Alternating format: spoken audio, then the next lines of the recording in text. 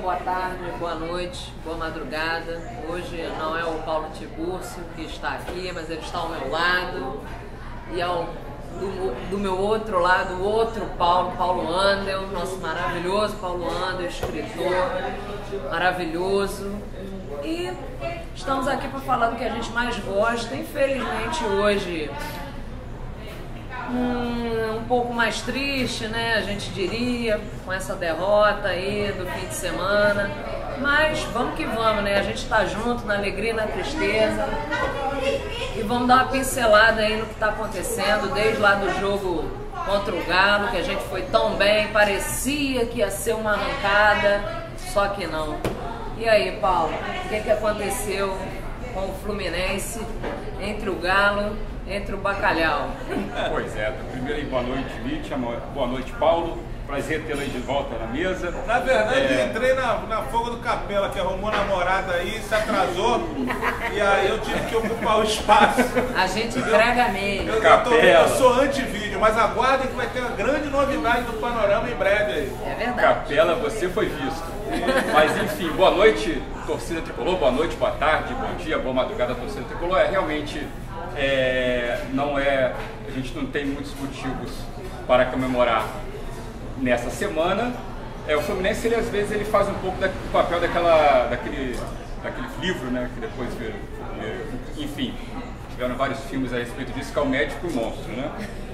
Às vezes ele é o Dr. Jekyll, que é o médico, que faz tudo certinho, e quando ele toma a poção ele vira o Mr. Hyde, que é o monstro lá que é aterrorizante e irracional. E nós vivemos isso essa semana, no jogo da segunda-feira passada, contra o Atlético Mineiro. A gente talvez, falando em termos de Campeonato Brasileiro, talvez tenha sido um dos melhores jogos que o Fluminense fez, assim, em termos de disciplina tática, em termos de aplicação, em termos de eficiência. Foi um jogo difícil contra um time que, apesar da crise, era um time muito perigoso, porque tem jogadores muito talentosos no time do Atlético Mineiro. A gente conseguiu superar as dificuldades e conseguimos conseguimos, depois de um empate, sofrer pressão, conseguimos no final do jogo fazer o gol da vitória e conseguir 3 pontos importantíssimos. Tivemos todo o intervalo, toda uma semana para poder acertar o time. Não tivemos nenhuma perda importante no time, né? Ou seja, o time foi praticamente o mesmo que jogou contra o Atlético, também uma raridade muito grande nesse campeonato. O Fluminense vinha no embalo muito grande, aí foi jogar justamente contra o Vasco e sofremos aí uma derrota. Derrota em clássico a gente releva, pode acontecer, né? Algo comum de acontecer. O problema foi como o Fluminense perdeu, porque simplesmente o Fluminense não jogou naquele jogo contra o Vasco. Tem até o mérito do Vasco, então acho que os jogadores queriam mostrar serviço, né? Técnico novo. Eles realmente jogaram com a aplicação muito grande, mas isso não justifica a derrota. O time entrou muito mal, o time entrou de uma forma muito displicente. Acho que ele não entendeu a característica, né, o objetivo, o tipo de jogo, que é um jogo de clássico. Acho que tentou jogar daquela forma cadenciada, fazer aquele futebol feijão com arroz, toquinho de bola, tentando a qualquer momento fazer o gol, mas acabou sofrendo o gol contra o Vasco e não teve forças para se superar. Ou seja, foi uma derrota ruim por esse aspecto, tá? Não pelo aspecto do resultado em si. Foi uma derrota ruim por causa da forma como o Fluminense jogou. Acho que o Fluminense, até para poder devolver a derrota do primeiro turno, o Fluminense teria que ter jogado com um pouquinho mais de seriedade. Agora, só um adendo também, assim, também não é para ficar com raiva, tá? É para cobrar, mas também não é para entrar em desespero. Tá? É ruim, exatamente, nós não chegamos no G6, ele está toda hora batendo a porta ali do G6, mas também não é para se desesperar e para criar, principalmente, que acho que é mais importante, tentar criar um ambiente de desestabilização do time. A gente não precisa disso agora. Acho que é momento de cobrar, mas cobrar com consciência. Na medida. Na medida, exatamente. Nada de ficar tentando denegrir a equipe. Já vi gente falando mal da Abel, isso é um absurdo. O Abel, claro que ele teve seus erros pontuais nesse jogo, é um aprendizado, acho que não dá para ganhar sempre. Mas querer denegrir a imagem do Abel por causa desse jogo é um absurdo. Acho que é o momento da torcida Tudo bem, a torcida não precisa ficar satisfeita, acho que ela tem que ir para o estádio, ela tem que cobrar, mas ela tem que acompanhar. Acho que ela tem que esperar o momento certo de fazer alguma atitude um pouco mais drástica. Tá? E na verdade não é nem a torcida em si, a torcida que vai para o estádio. É basicamente a torcedor de rede social que está fazendo isso. É verdade. Isso que eu fico mais chateado por causa disso, porque não é o torcedor que vai no estádio. Se você está no estádio, você pode até vaiar se você quiser. Você foi lá, você teve seu compromisso de ir no jogo, de participar, você não ficou satisfeito, você pode até se expressar dentro de um certo limite durante o jogo. Nem é legal não, mas ele pode, porque ele está lá, ele pagou o ingresso, ele tem esse direito. Agora, ficar em rede social, denegrindo a imagem, não criticando os defeitos em si, mas ficar aproveitando dos momentos ruins para ficar denegrindo a imagem do Fluminense, eu acho que é ruim. Eu acho que o time está se acertando. Esse campeonato não tem jeito, a gente não tem um elenco ainda bem definido. Vou até usar uma palavra aqui que é um pouco ruim, mas eu vou usar. A gente não tem um elenco totalmente qualificado, tá? Porque os jogadores eles não estão jogando no ápice da sua forma física, da sua forma tática. A gente não tem um time qualificado, mas também a gente não está numa situação tão ruim. Vai ser um campeonato de altos e baixos e eu acho que em algum momento a gente vai poder engrenar aí. Então, esse seria a minha opinião a respeito desses dois jogos, né? Agora, aproveitando, Paulo Under, hoje são os Paulos. Você acha que é tudo isso que o Tiba nos falou? Ou você acha que tem alguma coisa a mais aí, de bastidores, essa questão do time não ter jogado como a gente esperava?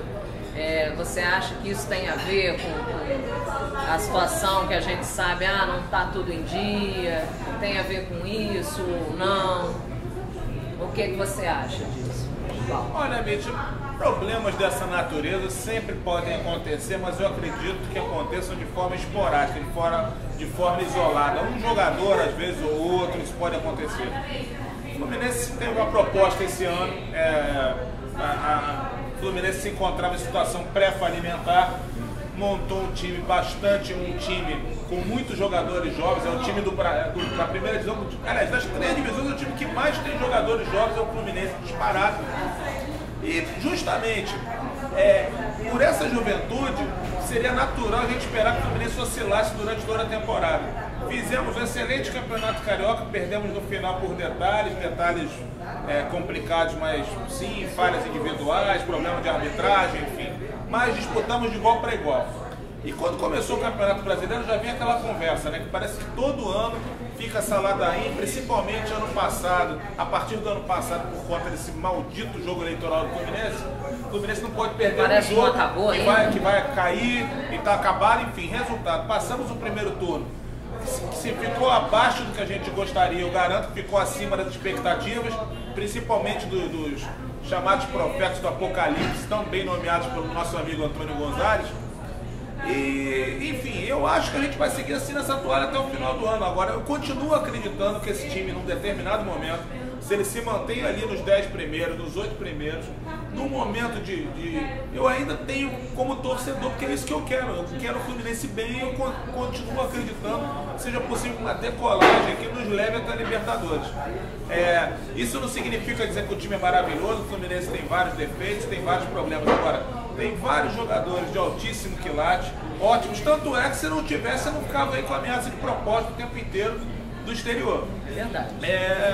E o principal, eu acho o seguinte, quando o Tiba fala, por exemplo, de torcida, eu acho que, eu já penso o seguinte, cara, a manifestação é livre, né? Embora, eu acho que quando você vai, muita gente está se afastando do Fluminense por vários fatores. Um deles é esse verdadeiro clima hostil que foi criado entre tricolores.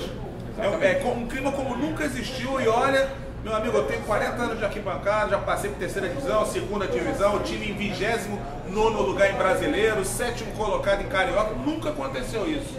Então agora chegou uma situação, o próprio Tiba bem lembrou, quantas pessoas tinham no Maracanã? 20 mil, né?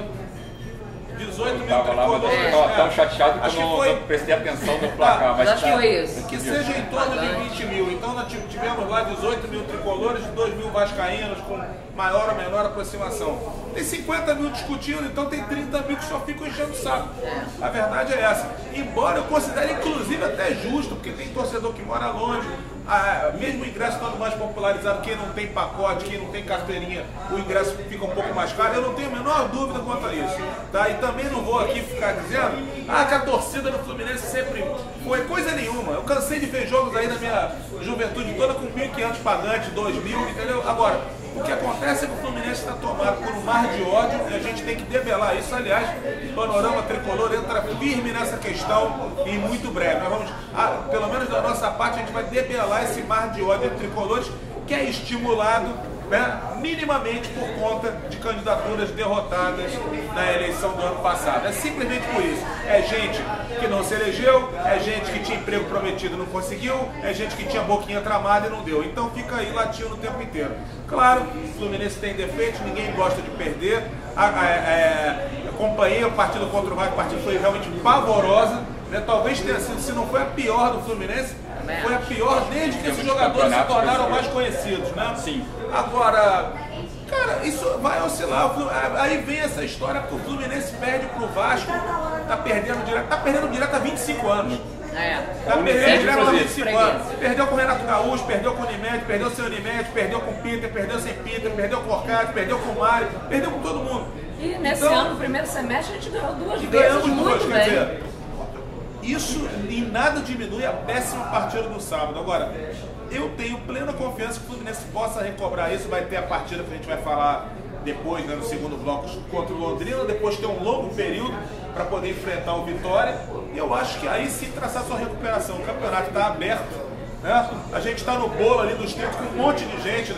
Para cima tem 5 times com 3 pontos a mais, para baixo tem 5 times com 3 pontos a menos. Muito bolado. Então, dependemos só de nós. Então é isso, galera. Daqui a pouco, segundo bloco do Panorama Mas já? Tricolor, 210. Antigamente era mais longo. As coisas estão muito dinâmicas. Tá desfalcado. E é isso aí. Daqui a pouco fique aí.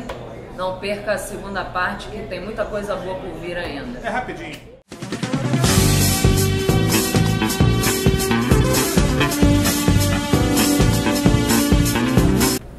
Fala, galera Tricolor, rapidinho, tamo de volta.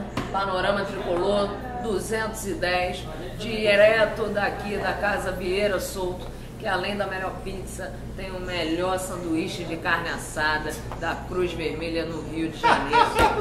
Pelo amor de Deus. É verdade. E aí, aproveitando esse clima, né, de propaganda, vamos para aquele momento gostoso do nosso programa, que é o Jabá. Muito bem. Nosso Jabá maravilhoso, primeiro com o Paulo Tibúrcio. Fazemos Vamos lá. porque gostamos, né? Exatamente. Bom, como eu falei aqui, acho que tem momento de criticar e tem momento de elogiar. Eu vou aproveitar esse jabá para fazer um elogio da campanha que o Fluminense fez, a gestão do Fluminense fez, acho que especificamente o departamento de comunicação, que foram as 4 missões, tá, uma campanha de meio de marketing que foi realizada para poder angariar mais torcedores para o clube. Com essa campanha nós ganhamos mais uma opção de sócio torcedor. Tá? Ou seja, você se associa, você tem direito aí a todos os jogos sem custo nenhum. Inclusive nesse jogo, né, eles ampliaram, no jogo passado ampliaram a campanha que quem tivesse essa modalidade de sócio poderia trazer mais um de graça. Acho que foi uma campanha legal. Então acho que meu jabá é esse e fica aqui meu apelo, minha mensagem para que os torcedores também se aproximem mais do clube, aqueles que podem, claro. Se aproxime mais do clube, que participe mais efetivamente, que participe inclusive como eleitor, tá? Que não basta só criticar, participe do processo eleitoral, se associe e vote, seja um cidadão tricolor. Então esse é o meu jabá. Muito bem, Tibúrcio. E Andel, Paulo Andel, seu jabazinho. O jabá é o jabá da casa, o jabá é o jabá, né? Vamos fazer o alto jabá. Caros amigos, com muita honra, com muito orgulho, com muita alegria, está confirmado. Fluminense é o clube de futebol que detém o maior acervo de títulos literários do país. e da América do Sul. Acreditem, como o Panorama é a casa da literatura tricolor e a gente já tem orgulho nesses mais de 5 anos em ter publicado vários dos autores dessa lista, a gente só tem a comemorar, né? Porque tem a nossa estrelinha ali marcada no coração do Brasil e no coração da América do Sul, o Panorama Tricolor fazendo escola. Aproveitando para falar em livro, amigos queridos, gente da casa, nosso querido colunista, cronista, apresentador Ernesto Xavier estará em breve na Bienal do Livro, lançando seu livro Sentir na Pele, orgulhosamente oferecer um dos depoimentos que fazem parte do livro. Então, um grande barato, um grande abraço para o nosso Ernestão e a nossa querida amiga Érica Takimoto, que não é tricolor, mas é amiga e sendo amiga estará lá na Bienal também, lançando livros e fazendo aquele carnaval. Onde tem Bienal, tem livro, onde tem livro, tem Panorama Tricolor. Muito bem, Paulo André. Agora, antes da gente falar um pouquinho do próximo jogo que a gente vai ter aí contra o Londrina, pela Primeira Liga, para você que não está lembrado, Primeira Liga... Campeonato trimestral, né? 3 vezes pessoas... Ih, tem Primeira Liga! Ah, meu Deus, é verdade. Então, eu queria a opinião de vocês, na verdade, sobre os novos nomes do time.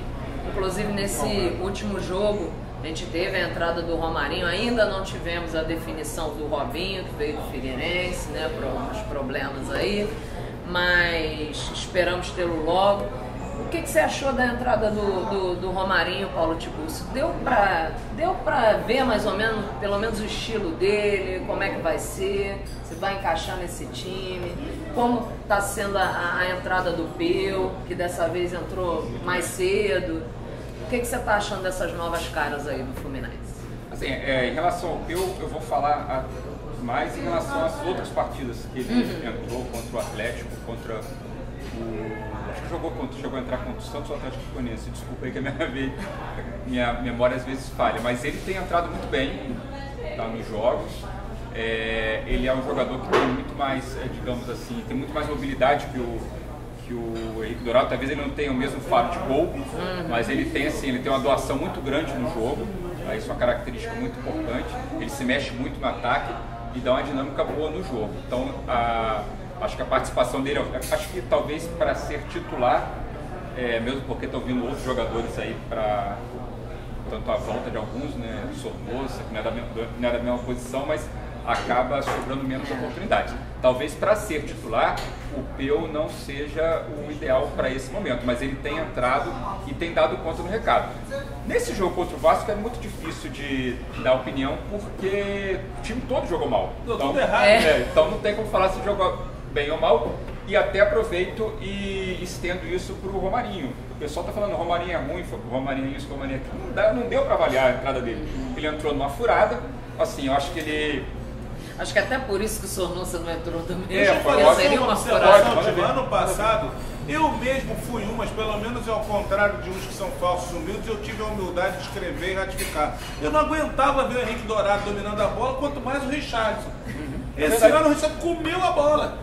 Entendeu? Então, assim, muitas vezes leva questão de tempo, adaptação, costume com a própria situação. Quer dizer, não é garantir que todo mundo que for nesse contrato vai ser jogador de alto nível, mas pode melhorar, pode melhorar. Eu acho que pode, num elenco bem organizado, ele pode sim. Só que para esse jogo ele não funcionou.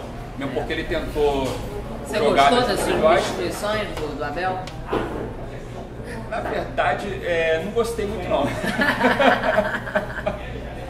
Eu acho que ele não deveria, na verdade o Peu, acho que sim, tá? Mas eu acho que ele não deveria ter colocado o Romarinho nesse jogo não.